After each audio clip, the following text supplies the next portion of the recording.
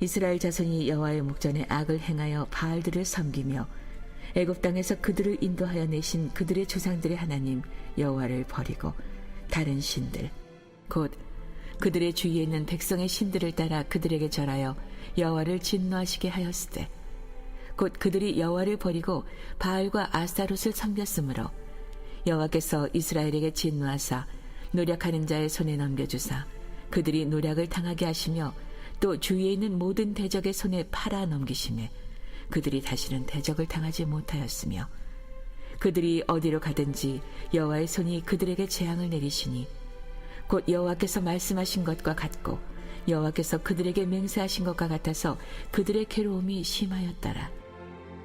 여호와께서 사사들을 세우사 노략자의 손에서 그들을 구원하게 하셨으나 그들이 그 사사들에게도 순종하지 아니하고 오히려 다른 신들을 따라가 음행하며 그들에게 절하고 여호와의 명령을 순종하던 그들의 조상들이 행하던 길에서 속히 치우쳐 떠나서 그와 같이 행하지 아니하였더라.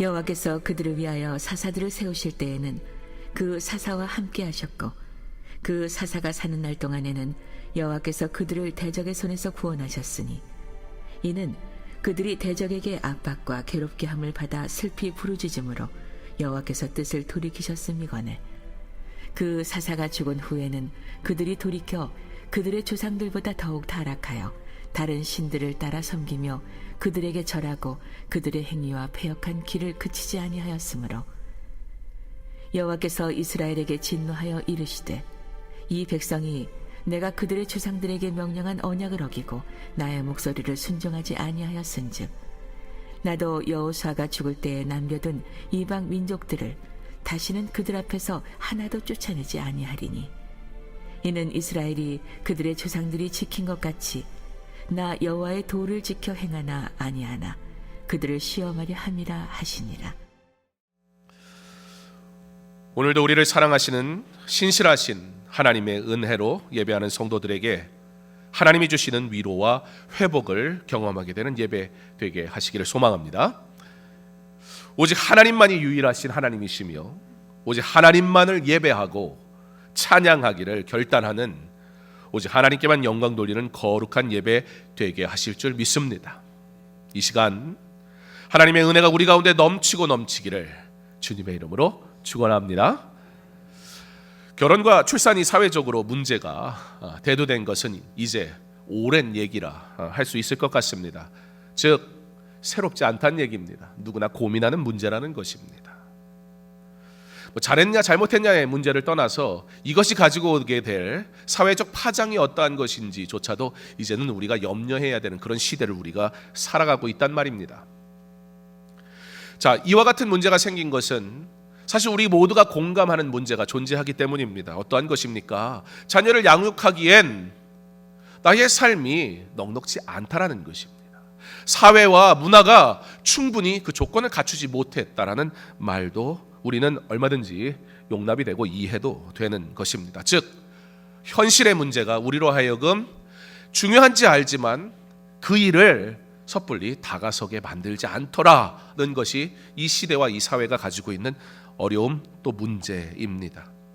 그런데 이것이 단순히 그렇구나 문제구나 그런 문제가 생길 거야 라는 정도라면 그나마 다행입니다. 왜냐하면 어느덧 우리가 이 문제를 문제로 인식하고 주춤주춤하는 사이에 결국 감당할 수 없는 근본적인 문제가 생겨버리고 말았기 때문입니다.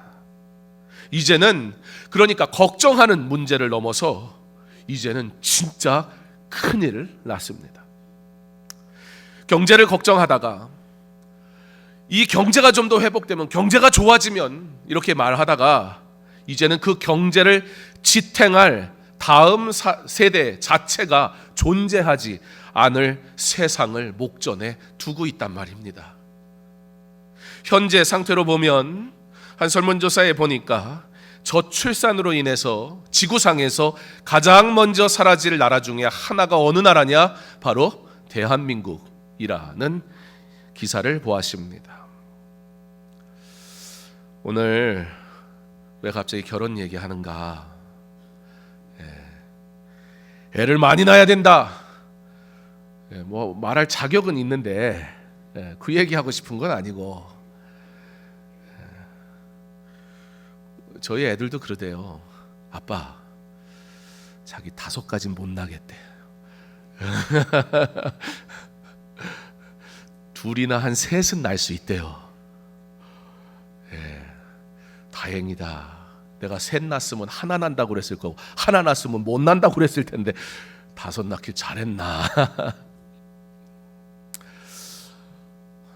어떤 유명한 하버드 교수가 있습니다.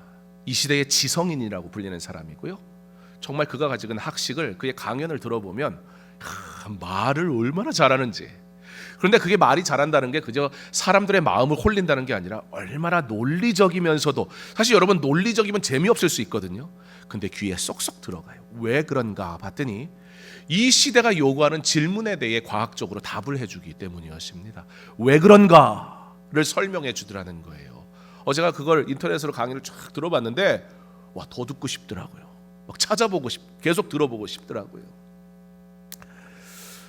그런데 이 사람은 예수를 믿지는 않습니다. 특별히 예수의 육신의 부활을 믿느냐라고 질문한다면 자기는 그거 믿지 않는데요. 그러나 예수의 정신은 내가 믿는다, 그렇게 얘기를 합니다. 그 사람이 이미 강연할 강연이 1년치가 꽉 차 있는데, 꽉 차 있는 정도가 아니라 그 1년치의 강연을 듣겠다고 신청한 자리도 완전히 매진이 돼 있는 상황. 이 시대의 지성이라고 불리는 이 하버드 대학의 교수.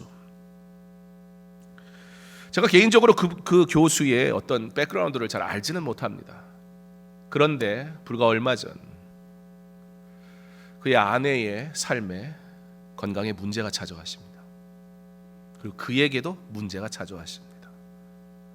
거의 사경을 헤매다가 다시 일어났습니다. 지금까지는 매우 논리적이었습니다. 지금까지는 성경에 대해, 지금까지는 예수의 부활에 대해, 자신은 예수의 정신적인 측면에 대해서는 받아들인다. 그러나 예수의 육신의 부활, 그건 논리적이지도 않고 이해할 수도 없다라고 말하던 그가 흔들리기 시작했습니다. 그가 자신이 그리스도를 믿는다라고 고백하기 시작했습니다. 그의 신앙의 고백이 어떠한 것인지 제가 직접 들어보지 않았기 때문에 얼마나 성경적인지 어떤지는 제가 잘 모르겠습니다. 그가 그러므로 예수를 믿었다, 그 얘기를 하고 싶은 것이 아니라 세상의 탁월한 지성이 결코 하나님을 알 수 없더라는 사실입니다. 자신의 연약함 속에 자신이 그토록 신뢰하고 자신이 그토록 지지하던 자신의 논리가 순식간에 허물어지는 경험을 한 이 시대의 지성인은 놀라운 신비, 이해할 수 없는 하나님의 일에 대해 이와 같은 질문을 했습니다. 교회는 지금 젊은이들이 교회에 오지 않는다는 얘기를 하지 않습니까? 그렇다면 교회가 젊은이들이 듣고 싶은 얘기에 대해, 그들이 묻고 싶은 질문에 대해 답을 해 주십시오. 내 강연에 수많은 젊은이들이 참여하는 이유는 나는 그들에게 이 시대의 질문에 대해 답해 주기 때문입니다. 실제 그렇습니다. 왜 교회는, 왜 성경은 그들의 질문에 대해 답하려고 노력하지 않습니까? 사실 좀 찔렸습니다. 그 일을 해야 될 책임이 있는 사람 중에 하나였으니까요, 저는. 그러나 그가 그 질문 속에 가지고 있는 한 가지 오류가 있었습니다. 예를 들어서 수학의 어떤 특정한 문제를 풀고 싶습니다. 문제. 우리 삶에도 그런 문제들이 있죠. 숙제가 있죠. 풀어야 될 문제가 있단 말입니다. 어려움의 문제이든지 무슨 문제이든지 우리가 이해할 수 없고 우리가 해결할 수 없는 문제가 있단 말입니다. 그래서 그 문제를 해결받기 위해서 우리는 뭘 요구합니까? 거기에 합당한 공식을 요구합니다. 알려달라고. 그러려면 여러분 어떤 책을 봐야 하겠습니까? 수학의 정석? 뭔가 그 문제, 그 질문에 대한 공식과 답을 가지고 있는 교과서라든지 또는 어떤 무슨 예습지라든지 찾아보면 될 것입니다. 그런데 그렇게 하지 않고 수학이란 무엇인가? 수학의 근본적인 시작의 이유, 수학이 추구하는 목적, 수학이 가지고 있는 철학에 대한 글이 써 있는 책을 보면서 내가 지금 풀고자 하고 있는 그 수학에 대한 공식을 왜 이 책은 알려주지 않습니까? 라고 말한다면 그것은 책의 문제입니까? 질문의 문제입니까? 질문의 문제입니다. 성경은 과학책이 아닙니다. 그러나 성경은 그럼에도 불구하고 답을 제시합니다.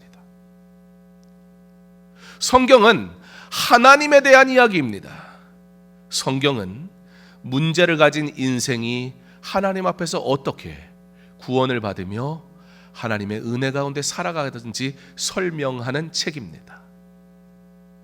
그러므로 성경이 여러분의 삶 속에서 일어나는 모든 일들에 답을 하지 않는다 하여 성경이 답을 할 수 없다라는 논리는 틀린 논리입니다. 그러나 오히려 성경은 단순한 우리의 삶에 잠시 일어났다가 자연스럽게 해결될 수 있을지도 모를, 또는 해결되지 않고 영원히 풀리지 않을 그 숙제에 대한 하나하나의 답을 제공하진 않지만, 그러나 그 문제에 대해 근본적인 해답이 어디에 있는지를 우리에게 밝히 보여주고 있다는 것입니다. 그리고 성경은 인생의, 이 땅의 문제는 바로 죄의 문제라고 우리에게 분명하게 가르쳐 주고 있습니다.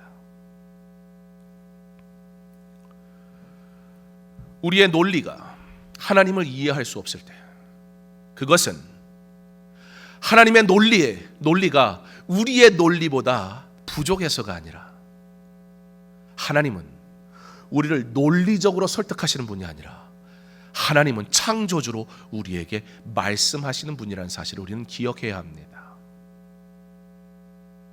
결혼 얘기를 서두에 드렸는데, 결혼을 해야 되느냐 하지 않아야 되느냐에 대한 문제를 논하고자 하는 건 아닙니다. 바울과 같이 독신의 은사를 가지고 살아간 이들도 있습니다. 저희 이모님도 결혼하지 않으시고 전도사로 평생 사시기도 하셨습니다. 그걸 가지고 논할 것은 없습니다. 개인적으로 저를 찾아오신다면 결혼을 반드시 하십시오 라고 제가 말할 자신은 없습니다. 그의 삶에 대한 이해를 충분히 하지 않는 상태에서. 그러나 그럼에도 불구하고 저에게 하나님은 무엇을 원하십니까? 라고 물으신다면 성경은 할 수만 있다면 함께하는 것이 좋다라고 말씀하신다라고 대답해 드릴 것입니다. 성경은 여러분의 삶의 모든 문제에 대한 공식을 제공하진 않지만, 그러나 성경은 여러분의 삶의 문제에 대해 분명히 다루고 있고, 그리고 그 성경은 사실 우리에게 어떻게 해야 될지에 대한 분명한 방향을 설명하고 있습니다. 결혼 하고 안 하고는 선택입니다. 그런데 선택하였다면 그 선택에 대한 책임을 지십시오. 문제는 결혼을 하지 않겠다라는 사람은 많은데, 결혼을 할 수 없다라고 말하는 이들도 많은데, 자녀를 낳는 것이 힘들다라고 말도 하는데, 그런 분들은 저하고 대화하는 거 별로 안 좋아하는데, 그러나 그렇다면 거기에 대해 책임을 질 필요가 있다라는 겁니다. 그런데 여러분들에게 부담을 드리려는 것은 아닙니다. 답을 성경에서 찾아보자라는 것입니다. 여러분, 사실 성경은요, 결혼에 대한 이야기로 가득 차 있습니다. 성경의 시작이 결혼에 대한 이야기예요. 그렇죠? 아담과 하와 한 몸을 이루어 믿음의 가정을 이루어가는 것. 예수님, 요한복음에 예수님이 행하신 첫 번째 기적, 가나 혼인잔치. 하나님은 아가서를 통해서 솔로몬과 술람미 여인의 사랑의 이야기를 통해 하나님이 어떻게 사랑하시는가에 대해서 우리에게 보여주시고 있습니다.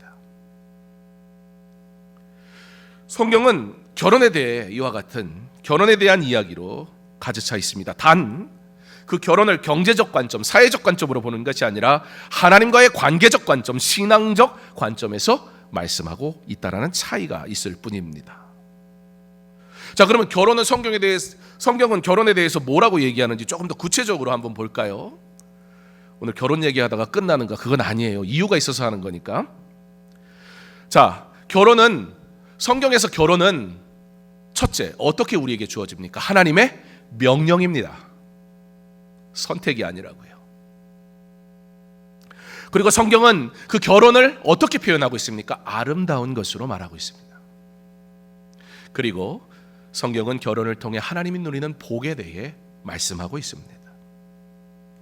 그래서 성경은 하나님과 그의 백성의 관계를, 교회와 성도의 관계를 바로 신랑과 신부의 관계로 설명하고, 그러므로 결혼은 경건하고 아름다운 일임을 보여줍니다. 왜 결혼을 이렇게 장황하게 얘기했느냐? 우리가 지금 사사기를 보는데 이 사사기가 바로 이런 배경을 가지고 있기 때문입니다. 그러니까 사사기의 말씀을 이해하기 위해서는요, 한 남자와 한 여자가 만나서 가정을 이루는 결혼을 통해서 사사기를 볼 필요가 있습니다. 자, 두 사람이 서로 사랑하여 평생 함께 하겠다고 약속을 합니다. 이게 결혼이지요. 그런데 남편이 신실하지 못하고 아내 외에 다른 사람을 바라본다면,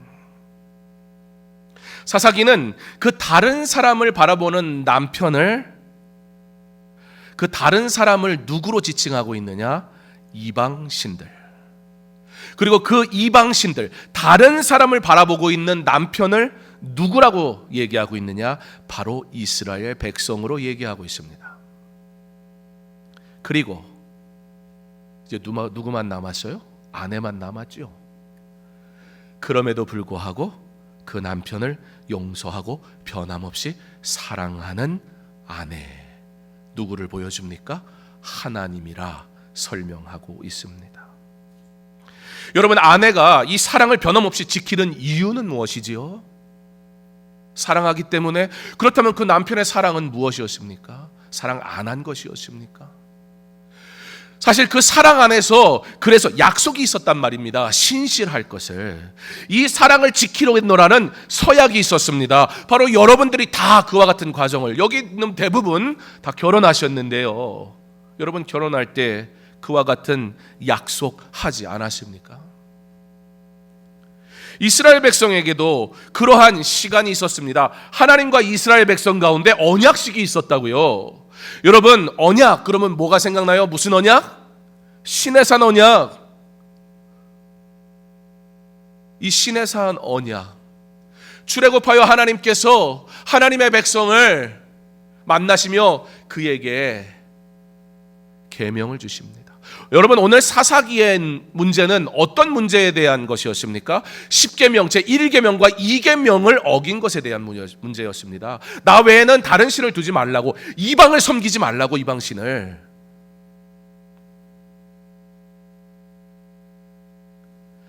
시내산에서 맺은 언약은 마치도 혼인 서약과 같은 것이었습니다. 그런데 여러분, 하나님이 우리에게 무언가를 명령하실 때 하나님이 명령하시면 되는 거잖아요. 그럴 권한이 하나님께 있잖아요. 그런데 하나님은 이 시내산 언약을 주실 때 어떻게 주셨어요? 모세를 통해서 말씀하게 하셨어요. 뭐라고요? 너 나 사랑할래? 너 내 약속, 나하고 약속 지킬래? 3일 동안 생각해봐 그러셨어요. 그리고 3일 뒤에 다시 물으셨어요. 지킬래? 그때 이스라엘 백성이 뭐라고 했습니까? 지키겠습니다.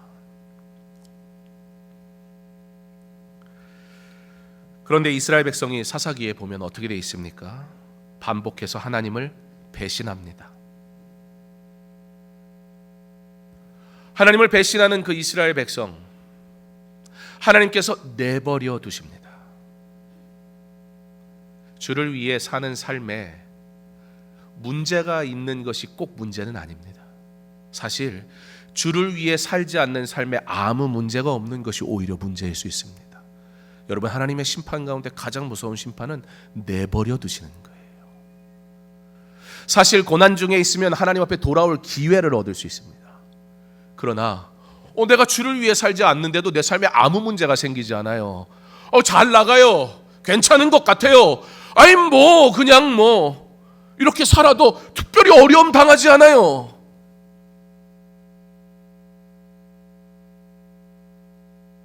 내 아내가 내가 특별히 가정을 돌아보지도 않고 특별히 나한테 사랑한다고 말하지도 않고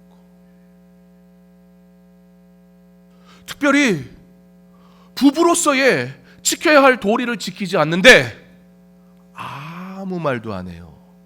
그거 뭐예요? 해피해요? 하루 이틀 잠깐 다른 데 갔다 와주는 거는 땡큐겠지만 영원히 가도 나를 부르지 않을 것만 같아요. 그게 복이에요? 그렇게 생각하는 사람 아무도 없습니다. 하나님을 떠나 살면서 내 삶에 아무런 문제가 생기지 않고 아무런 제재도 하지 않는데 그것을 복이라고 말하는 사람, 그런데 너무 많아요.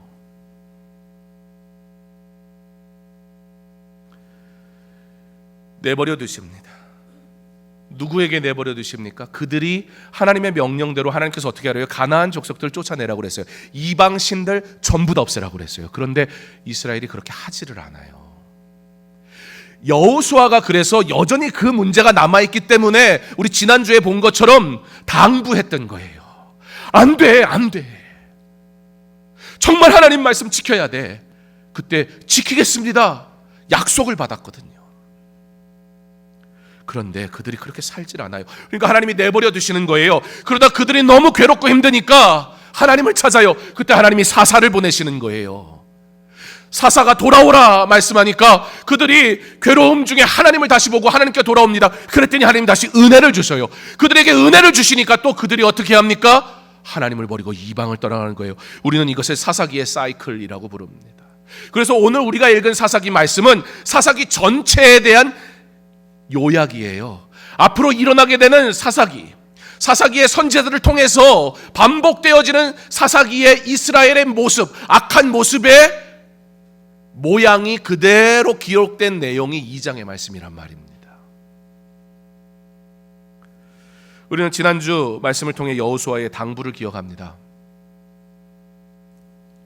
출애굽 이후 순종하지 않는 이스라엘이 걸어야 했던 광야의 40년을 반복하지 않도록 우리가 얼마나 슬며시 하나님을 반역하고 제멋대로 사는 쪽으로 엇나가기 쉬운지 너무나 잘 알았던 여호수아는 오직 여호와 하나님만 따르라고 당부했었습니다.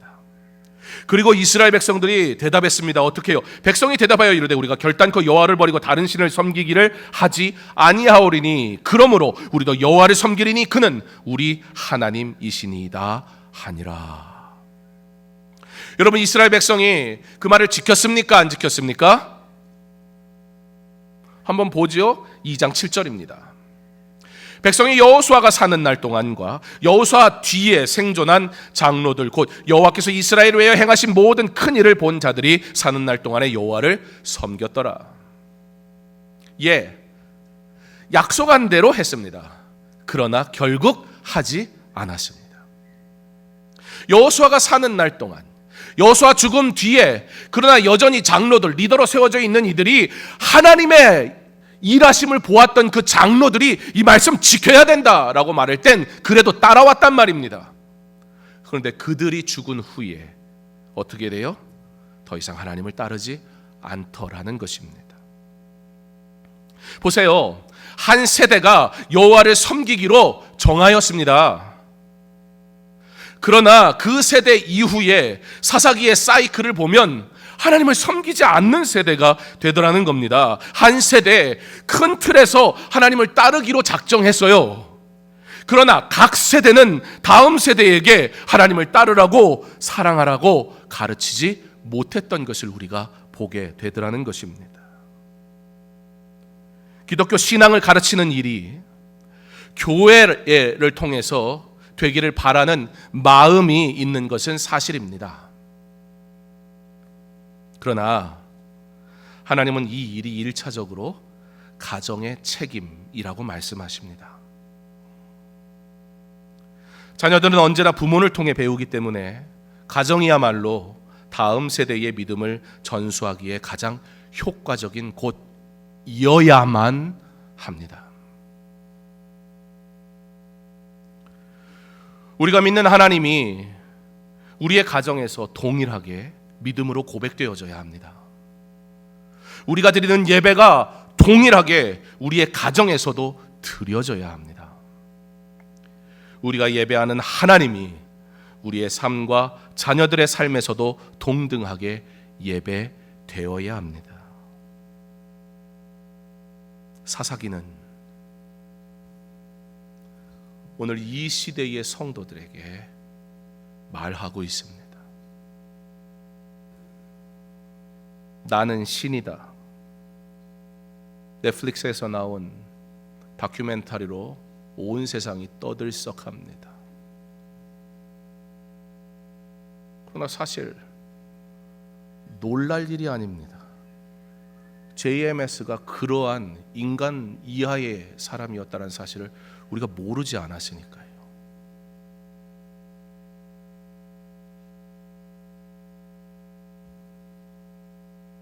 저에게 그거 보겠냐고 하시는데 제가 안 본다고 그랬습니다.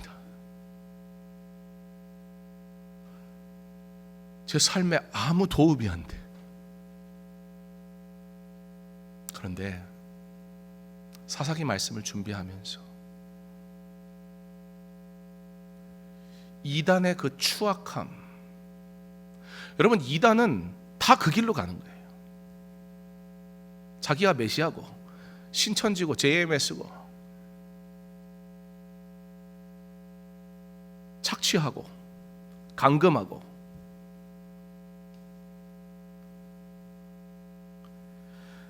그런데 여러분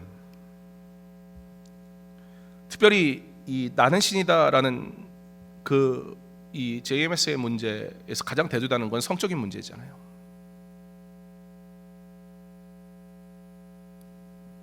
그런데 이스라엘에게 하나님께서 뭐라고 말씀하시는 줄 알아요? 호세아 선지자를 통해서 하나님께서 이스라엘 백성에게 뭐라고 말씀하신 줄 아세요? 너희들이 간음하였다라고 말씀하세요. 왜냐하면 우리와 하나님과의 관계는 결혼과 같기 때문입니다. 여러분의 아내가 또는 여러분의 남편이 나를 사랑하지 아니하고 다른 이를 사랑한다고 했을 때 그걸 용납할 사람이 어디 있습니까? 용납하면 안 되죠.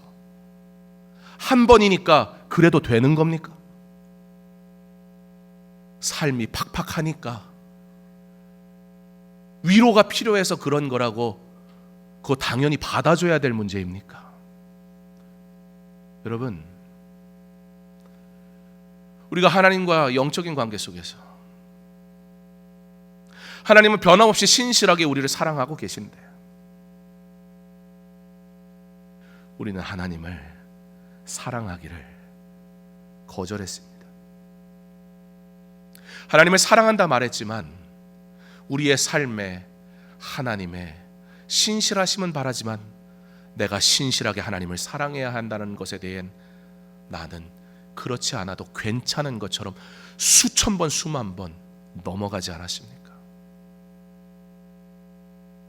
이 시대에 또 다른 사사기의 모습을 바로 저와 여러분이 가지고 있지는 않습니까?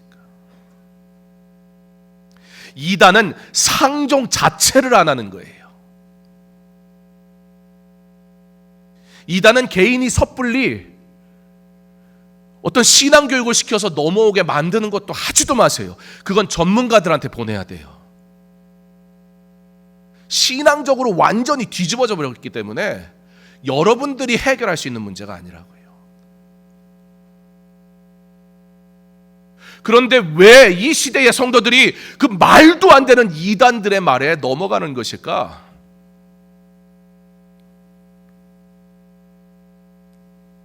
이 세상에 살면서 우리가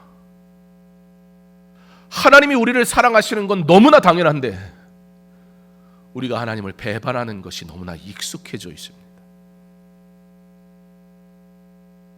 하나님이 조금만 내게 고난을 주셔서 어떻게 나한테 이럴 수 있냐고 항변을 하지만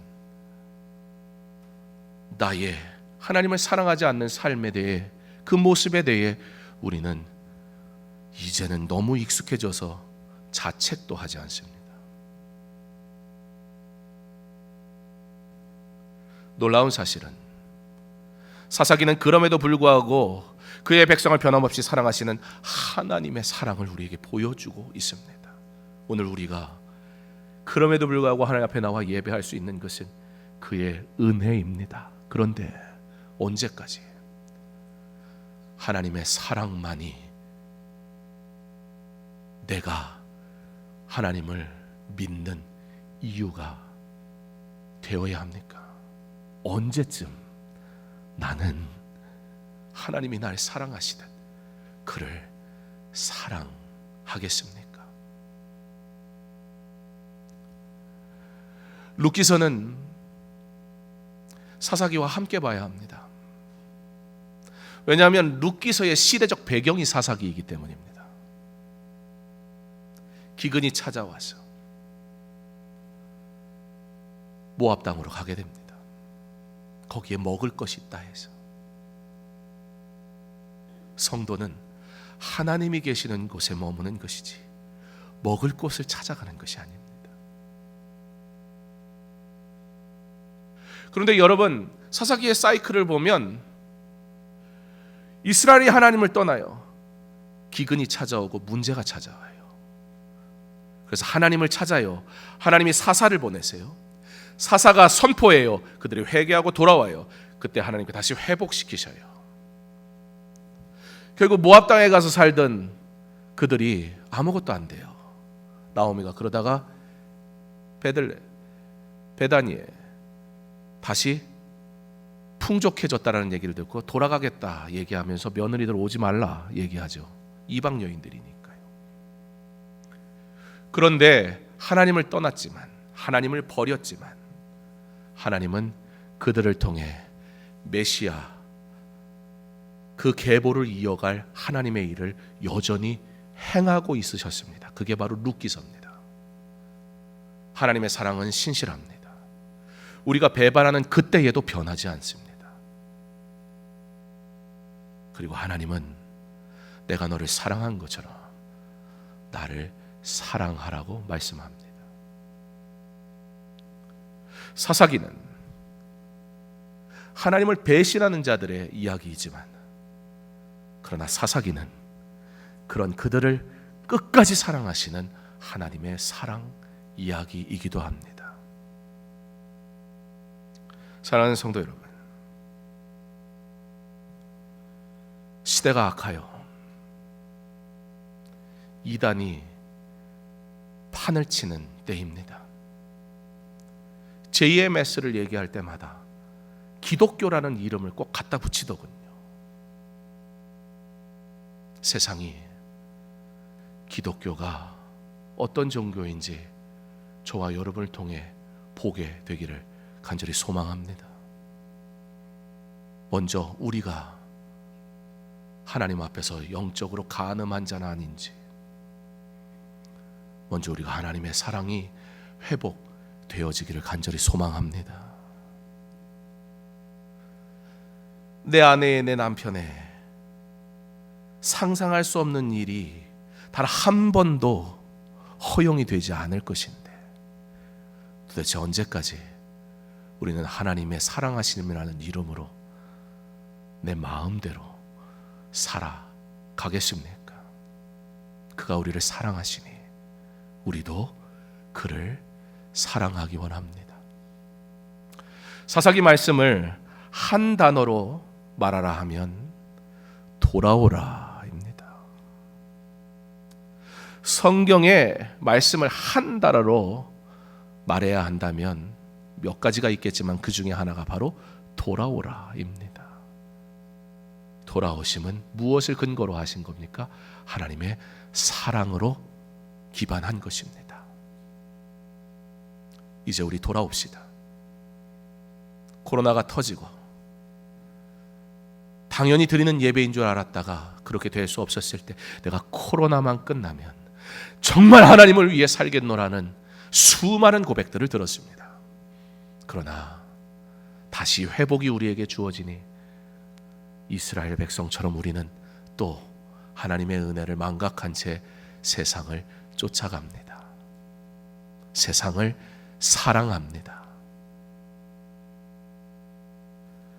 하나님께서 오늘도 저와 여러분을 부르신 것은 우리가 그의 사랑을 알고 이제는 우리도 그를 온전히 사랑하기 원하시는 하나님의 부르심이라는 사실을 기억함으로 돌아오라 말씀하시는 하나님의 말씀 앞에 사사들을 통해 주시는 그 선포가 이 시대에 그리스도인들에게 들려지기를, 주께로 온전히 돌아오기를, 경건한 하나님의 사람으로 그의 영광을 위해 거룩한 예배 드리는 저와 여러분 될 수 있기를 주님의 이름으로 축원합니다.